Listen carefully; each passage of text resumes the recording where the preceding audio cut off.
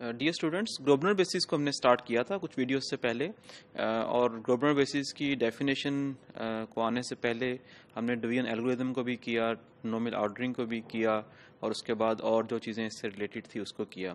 Last जो video थी उसके अंदर हमने हिल्बर्ट बेसिस थ्योरम को डिफाइन भी किया था, हिल्बर्ट बेसिस थ्योरम की स्टेटमेंट को भी देखा था और उस हिल्बर्ट बेसिस थ्योरम को हमने प्रूफ भी किया था। तो हिल्बर्ट बेसिस थ्योरम बेसिकली क्या था कि आपके पास कोई भी आइडियल है इन द पॉलिनोमियल रिंग, तो वो आइडियल जो है वो फाइनाइटली जनरेटेड होगा। There are finite many polynomials जो कि उसको जनरेट कर रहे होंगे। ठीक है, उसी को कंटिन्यू करते हैं। उसमें मतलब मकसद हमारा ये था उसमें कि आपके पास आइडियल को हमने पहले एक फाइनाइट मैनी पॉलिनोमियल से जनरेट किया। ठीक है, अभी हम उस डेफिनेशन की तरफ जा रहे हैं, ग्लोबनर बेसिस की तरफ, वो हम डिफाइन करते हैं इसमें। और वो डेफिनेशन है let this less than equal to be a monomial ordering in the polynomial ring S and I be an ideal in S, ठीक है, and then a subset G1 से लेकर GS तक in I is called a Grobner basis of I if the set leading monomial of G1 से लेकर leading monomial of GS generates the initial ideal with respect to that monomial ordering। ठीक है, तो basically ग्लोबनर basis की जो definition है वो क्या बता रही है कि आपके पास जो कोई भी आइडियल है, ठीक है, उसका इनिशियल आइडियल मींस कि जो उसके लीडिंग मोनोमियल से जनरेट हो रहा है, कि उस आइडियल के अंदर जितने भी पॉलिनोमियल्स पड़े हैं उनके जो लीडिंग मोनोमियल से आइडियल जनरेट हो रहा है, तो उसको हमने क्या नाम दिया था? उसको हमने इनिशियल आइडियल का नाम दिया था। ठीक है, तो इनिशियल आइडियल जो जैसा कि हमने इसके प्रूफ में भी देखा था, हिल्बर्ट बेसिस थ्योरम के प्रूफ में भी, कि जो इनिशियल आइडियल है वो बेसिकली होता है एक मोनोमियल आइडियल। ठीक है, और डिक्सन्स लेमा ये बताता है कि कोई भी मोनोमियल आइडियल जो है वो फाइनाइटली जनरेटेड है। ठीक है, तो इसका मतलब ये हुआ कि अब आपके पास दो एस्पेक्ट्स हैं, एक आपके पास आइडियल है, ठीक है, और एक आइडियल की हम इनिशियल आइडियल की बात कर रहे हैं। तो अगर आपके पास आइडियल के अंदर ऐसे पॉलिनोमियल्स हैं जो जिनके लीडिंग मोनोमियल्स, ठीक है, वो डेफिनेटली फाइनाइट मैनी पॉलिनोमियल्स होंगे। क्यों फाइनाइट मैनी पॉलिनोमियल्स होंगे? वो इसलिए कि आपके पास जो डिक्सन्स लेमा से जो इनिशियल आइडियल के जनरेटिंग सेट के अंदर भी फाइनाइट मैनी पॉलिनोमियल्स पड़े हैं, मोनोमियल्स पड़े हैं, सॉरी। ठीक है, तो आपके पास जो है वो इनिशियल आइडियल के अंदर आइडियल के अंदर आपके पास जो है वो आपके पास सिस्टम ऑफ ऐसा पॉलिनोमियल्स का सिस्टम होगा जिनके लीडिंग मोनोमियल्स, फाइनाइट सिस्टम जिनके लीडिंग मोनोमियल जो हैं वो इनिशियल आइडियल को जनरेट कर रहे होंगे। ठीक है, तो वो सिस्टम ऑफ पॉलिनोमियल्स जिनके लीडिंग मोनोमियल जो हैं वो इनिशियल आइडियल को जनरेट करें, उन सिस्टम ऑफ जो है वो पॉलिनोमियल्स को हम ग्लोबनर बेसिस बोलते हैं। वाइडर सेंस में बेसिकली क्या है कि आपके पास जो ये ग्लोबनर बेसिस होता है, basically this is a different set of generators. मतलब एक आपके पास सिंपल आप कहते हो कि जी एक आइडियल है वो इन पॉलिनोमियल से जनरेट हो रहा है, लेकिन उन पॉलिनोमियल्स के लीडिंग मोनोमियल्स हो सकता है इनिशियल आइडियल को जनरेट करें, हो सकता है उसके लीडिंग मोनोमियल्स हैं वो इनिशियल आइडियल को जनरेट ना करें। लेकिन ये जो ग्लोबनर बेसिस वाले केस में है कि वो एक ऐसा आपके पास सिस्टम ऑफ जनरेटर्स है, सिस्टम ऑफ पॉलिनोमियल्स है इन द मोनोमियल आइडियल आई। ठीक है, तो उनके लीडिंग मोनोमियल्स हैं वो बेसिकली इनिशियल आइडियल को जनरेट करते हैं। ठीक है, तो उसी से रिलेटेड, उसी प्रूफ से रिलेटेड एक दो रिजल्ट्स हैं, उसका हम प्रूफ नहीं करेंगे, this is clear from the proof of the Hilbert basis theorem. वो ये है कि any ideal I has a Grobner basis. Any ideal I Grobner basis क्यों है? क्योंकि आपके पास इनिशियल आइडियल होता है किसी भी आइडियल का, ठीक है, उसकी एग्जिस्टेंस हमने देखी थी, उसको हमने देखा था कि वो फाइनाइटली जनरेटेड है। इट मीन्स कि फाइनाइटली जनरेटेड है तो आपके पास वो किसी मोनोमियल से जनरेट हो रहा है, उसके अगेंस्ट आपको पॉलिनोमियल्स मिल जाएंगे जो कि उन पॉलिनोमियल्स के जो लीडिंग मोनोमियल्स हैं वो बेसिकली इनिशियल आइडियल को जनरेट कर रहे हैं। तो वो एग्जिस्टेंस ऑफ दोज पॉलिनोमियल्स है कि वो पॉलिनोमियल्स हैं जिनके लीडिंग मोनोमियल्स इनिशियल आइडियल को जनरेट कर रहे हैं। इट मीन्स कि वो जो सेट ऑफ पॉलिनोमियल्स है वो एक्चुअली ग्लोबनर बेसिस है, तो एग्जिस्टेंस इसकी वहां से शो हो रही है। दूसरा ये कि any Grobner basis of the ideal I is a generating system of I. ठीक है, तो ये भी हमने बेसिकली उसके प्रूफ में ही देखा था कि आपके पास वो जो हमने कहा था कि ये इसका इनिशियल आइडियल के जो जनरेटिंग सेट है उसके क्रॉसपॉन्डिंग जो हमें पॉलिनोमियल्स मिलेंगे वो बेसिकली उस आइडियल को जनरेट करेंगे। तो ये दोनों चीजें हमने basically proof of Hilbert basis theorem के अंदर की हुई हैं। तो ये रिजल्ट्स ये हैं, दो चीजें कौन कौन सी? नंबर 1 कि आपके पास एग्जिस्टेंस ऑफ ग्लोबनर बेसिस, और नंबर 2 कि आपके पास जो ग्लोबनर बेसिस होगा बेसिकली वो उस मोनोमियल आइडियल को जनरेट भी कर रहा होगा। ठीक है, तो एक ऐसा जनरेटिंग सेट जिसके लीडिंग मोनोमियल्स इनिशियल आइडियल को जो है वो जनरेट करें, वो आपके पास जो जनरेटिंग सेट होगा वो आपका बेसिकली ग्रोबनर बेसिस होगा। और कैसा जनरेटिंग सेट, जिसके लीडिंग मोनोमियल्स, जिनके अंदर जो पॉलिनोमियल्स पड़े हुए हैं उनके लीडिंग मोनोमियल्स इनिशियल आइडियल को जनरेट ना करें, आपके पास सिंपल जनरेटिंग सिस्टम होगा। ठीक है, तो दो तरह के सिस्टम ऑफ जनरेटर्स हो गए, एक वो जिसके क्रॉस जो कि ग्रोबनर बेसिस भी सिस्टम जनरेटर है। तो क्या हुआ कि ग्रोबनर बेसिस जो है that is a different type of generating set for the ideal I, such that कि उसके जो ग्रोबनर बेसिस के अंदर जो पॉलिनोमियल्स हैं उनके लीडिंग मोनोमियल्स हैं वो इनिशियल आइडियल को जनरेट करेंगे। ठीक है, तो एक हम एग्जांपल छोटी सी करते हैं रिगार्डिंग जो है वो आपका ग्रोबनर बेसिस। सो इस एग्जांपल में let an example, let g is equal to,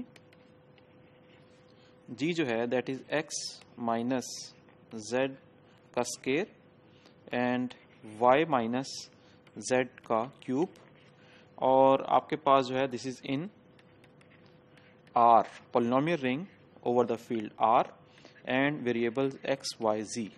ठीक है, और हम ये कहते हैं कि I this is actually this G is a Grobner basis, Grobner basis basically German word है, इसलिए हम ये ओ के ऊपर डबल डॉट लगा रहे होते हैं क्योंकि जर्मन में ये वर्ड एग्जिस्ट करता है, ये अल्फाबेट एग्जिस्ट करता है।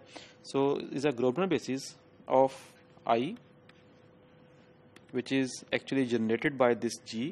ये जनरेटिंग सेट है, यहाँ पे हमने जी को एज सेट ली है, तो आई जो है वो बेसिकली इस सेट से जनरेट हो रहा है, तो हमने इस जनरेटिंग की नोटेशन के अंदर जी को लिख दिया है। आई जो है बेसिकली इस जी से जनरेट हो रहा है। ठीक है, और of course we have to have some monomial ordering, तो हम लेते हैं इसमें लेक्सिकोग्राफिकल ऑर्डरिंग, और लेक्सिकोग्राफिकल ऑर्डरिंग के साथ x greater than y greater than z।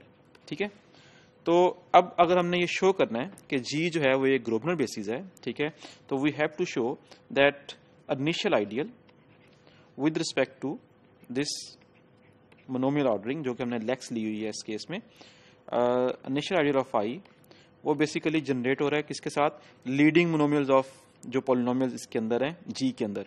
अब जी के अंदर एक पॉलिनोमियल जो है वो x माइनस जी स्केयर है विद रिस्पेक्ट टू लेक्सिकोग्राफिकल ऑर्डरिंग, और x greater than y greater than z, आपके पास इसका लीडिंग टर्म जो है वो x है। ठीक है, तो एक इसका जनरेटिंग सेट में x आएगा, और दूसरा जो पॉलिनोमियल है वो है y माइनस जेड क्यूब। ठीक है, और इसमें विद रिस्पेक्ट टू लेक्सिकोग्राफिकल ऑर्डरिंग आपके पास y लीडिंग टर्म है, तो आपके पास यहाँ पे ये y आ जाएगा। ठीक है, तो हमने प्रूफ बेसिकली ये करना है कि इनिशियल आइडियल ऑफ i जो है that is actually generated by this x and y। ठीक है, सो वी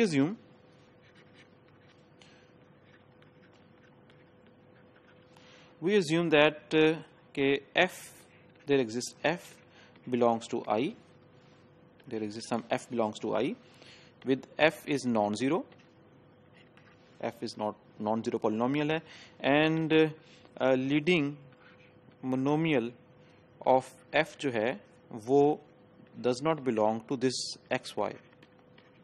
अगर हम ये प्रूफ कर देंगे कि with respect to this ordering हमें एक ऐसा f मिल गया है जो कि इस xy में के xy का मल्टीपल नहीं है, देन वी आर डन, और हमें पास f जो है वो नॉन जीरो होना चाहिए। ठीक है, ये हमने बेसिकली ये हम कंट्राडिक्शन से कर रहे हैं कि आपके पास हम बेसिकली बताना ये चाह रहे हैं कि इनिशियल आइडियल ऑफ आई जो है वो एक्स वाई से जनरेट हो रहा है। ठीक है, अगर ये एक्स वाई से जनरेट हो रहा है इट मीन्स कि जी जो है वो ग्लोबल बेसिस है, और अगर एक्स वाई से जनरेट नहीं हो रहा तो वो जी ग्लोबल बेसिस नहीं है। तो हमने देखना है जी ग्लोबल बेसिस है, तो हम हमारे पास मतलब हमने ये इसको अज्यूम किया हुआ है कि एक्स वाई जो है इनिशियल आइडियल जो है वो एक्स वाई से जनरेट हो रहा है। अगर ये एक्स वाई से जनरेट नहीं हो रहा तो हमें एक ऐसा एफ मिल जाएगा आई के अंदर। ठीक है, एक ऐसा एफ जिसका लीडिंग मोनोमियल एक्स वाई का मल्टीपल ना हो। ठीक है, अगर ये हमें ऐसा एफ मिल गया है नॉन जीरो, इसका मतलब जी ग्लोबल बेसिस नहीं है। ठीक है, तो हम इस असम्पशन पे चलते हैं आगे। So leading monomial of F does not belong to this X Y, so that implies कि एफ के अंदर लीडिंग मोनोमियल के अंदर ना आपके पास एक्स है ना आपके पास जो है y है, तो इसका मतलब ये हुआ कि लीडिंग मोनोमियल जो है बेसिकली z के ऊपर है।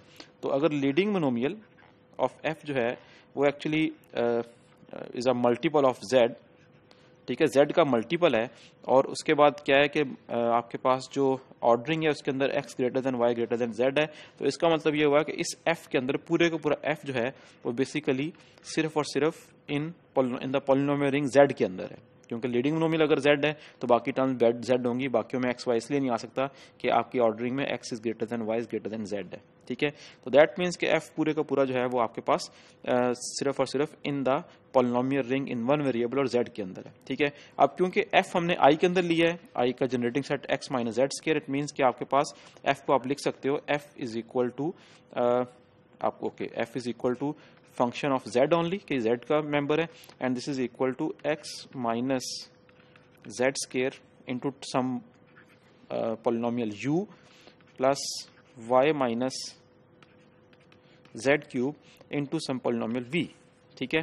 तो अब इसका मतलब ये हुआ क्योंकि ये फंक्शन ऑफ या ओनली इन z है तो आपके पास x और y इसका कोई रोल नहीं है इसके अंदर, तो x और y की हम कोई भी वैल्यू लेंगे तो इसको सेटिस्फाई करना चाहिए। मतलब एक लिहाज से आप यूँ समझ लें कि x y के रिस्पेक्ट से ये कांस्टेंट है, क्योंकि इसमें आपके पास x और y है ही नहीं। तो x और y की हम कोई भी वैल्यू दें तो इस इक्वेशन को सेटिस्फाई होना चाहिए, ठीक है, कि f को इसके बराबर आना चाहिए। तो अगर हम फॉर एग्जाम्पल x को वैल्यू दे दें, x को क्योंकि कोई भी वैल्यू दे सकते हैं, तो x को अगर हम z स्क्वायर दे दें और y को हम z क्यूब दे दें, तो अगर इसमें पुट करें तो आपके पास क्या आ जाएगा, f इज इक्वल टू 0। लेकिन f इज इक्वल टू 0 जो है वो कंट्राडिक्शन है, क्योंकि आपने अज्यूम किया हुआ कि f is not equal to 0, ठीक है। तो इसका मतलब ये हुआ कि ऐसा कोई पॉलिनोमियल एग्जिस्ट नहीं करता, जो ऐसा कोई भी नॉन जीरो पॉलिनोमियल एग्जिस्ट नहीं करता जो कि इस कॉम्बिनेशन में लिखा जा सके फॉर दिस आइडियल i। तो दैट मीन्स कि एक्स वाई जो है वही इसका इनिशियल आइडियल है, कोई और इसका इनिशियल आइडियल नहीं है। तो कॉन्सिक्वेंसली जो g जो है वो आपके पास इस ग्लोबल बेसिस है। ये एक पर्टिकुलर एग्जांपल थी जिसके अंदर हमने ये चेक किया कि ये g जो है ग्लोबल बेसिस है कि नहीं।